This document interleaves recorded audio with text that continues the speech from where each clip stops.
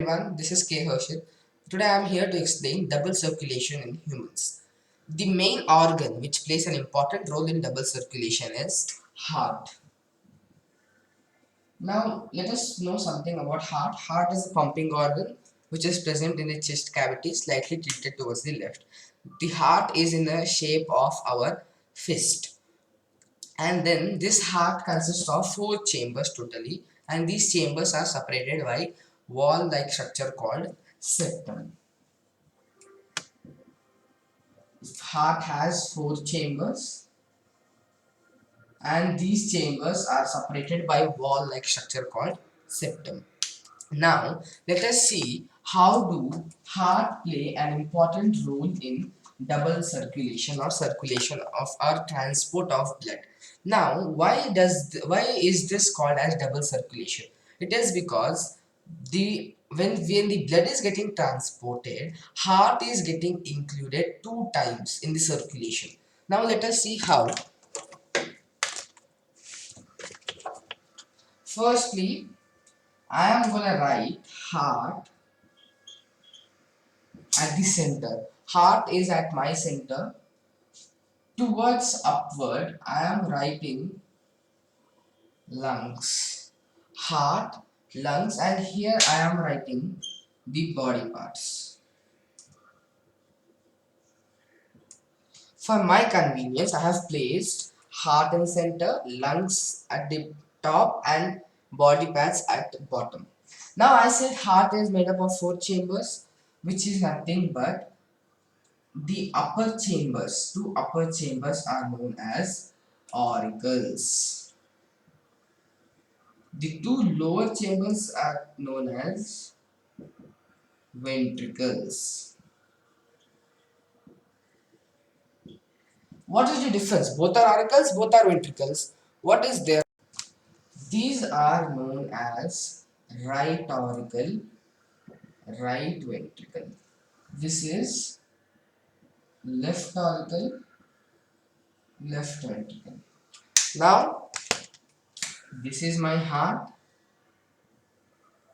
My heart is having four chambers. These are separated by wall called septum. I guess now till here the diagram is clear.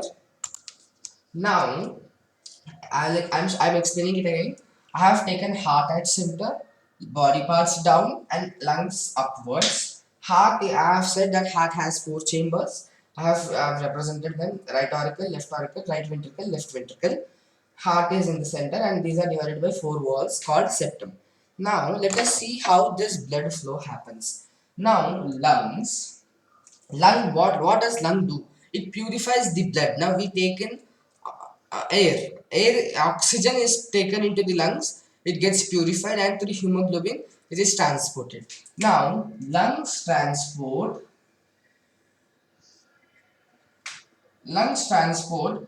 the oxygenated blood.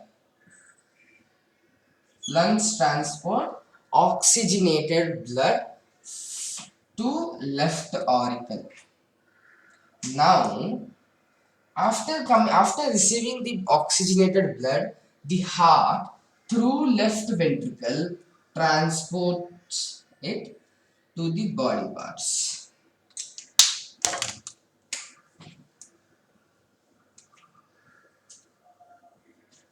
Okay, now we have seen that from lungs the oxygenated blood is getting to the left auricle, and from left ventricle it is coming to body parts.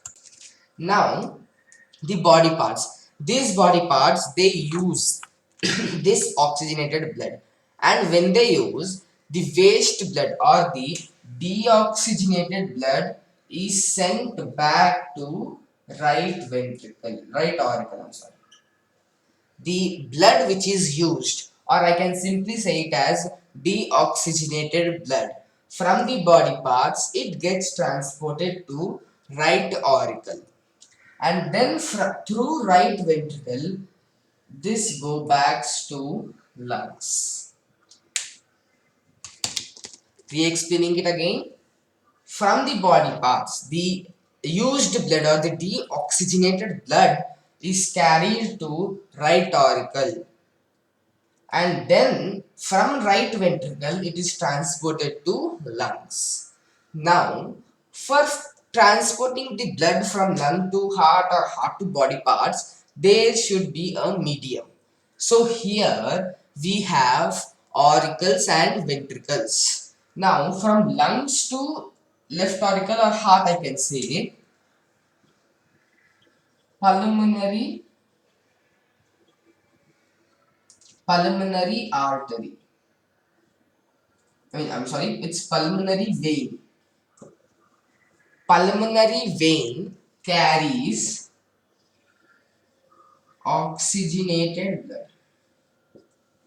Pulmonary vein, through pulmonary vein, the oxygenated blood carries or flows into left auricle. Now, from left ventricle to body parts, aorta.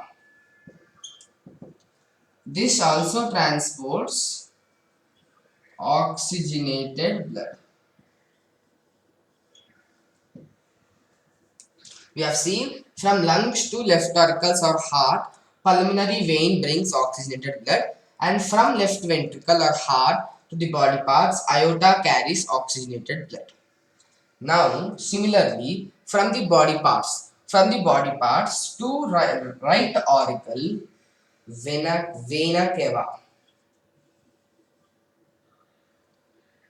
cava carries the deoxygenated blood.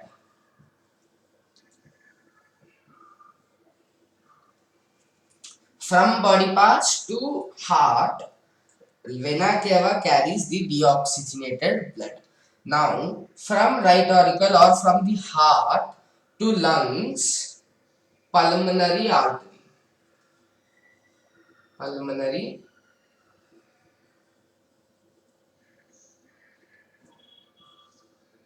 artery. This carries again deoxygenated blood.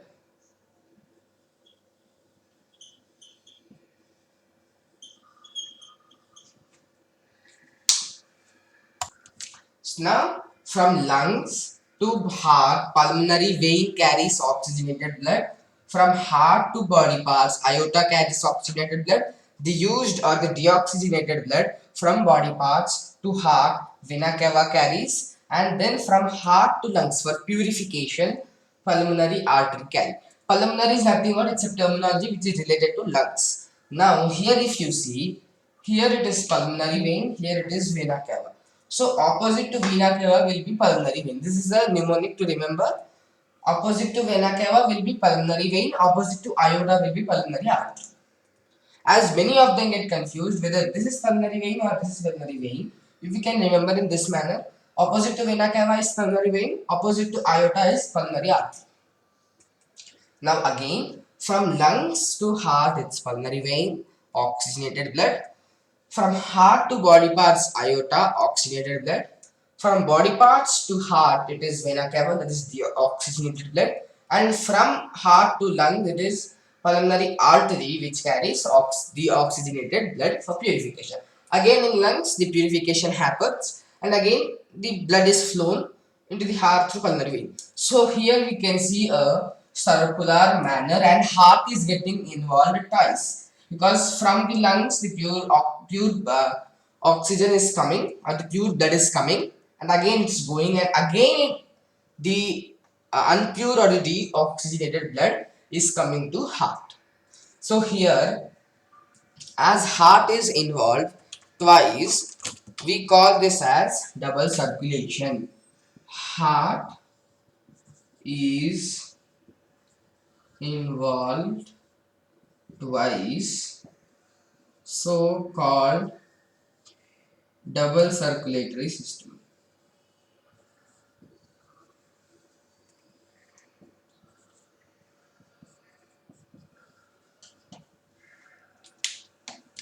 I guess you all have understood the double circulatory system. which is very easy to which is very easy to remember and easy to even understand it. Thank you so much.